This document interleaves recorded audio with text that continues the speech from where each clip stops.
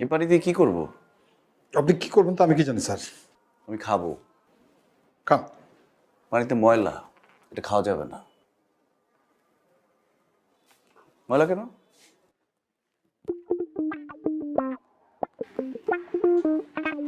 ময়লা? ও না স্যার, পানি পরিষ্কার স্যার। ময়লা আমার হাতে, বাইরে ময়লা স্যার, ভিতরে কিছু হয় না, খাইতে পারেন। যেখান থেকে লাগুক, ময়লা তো লাগছে। পানিটা চেঞ্জ করে নিয়ে আসেন, যান।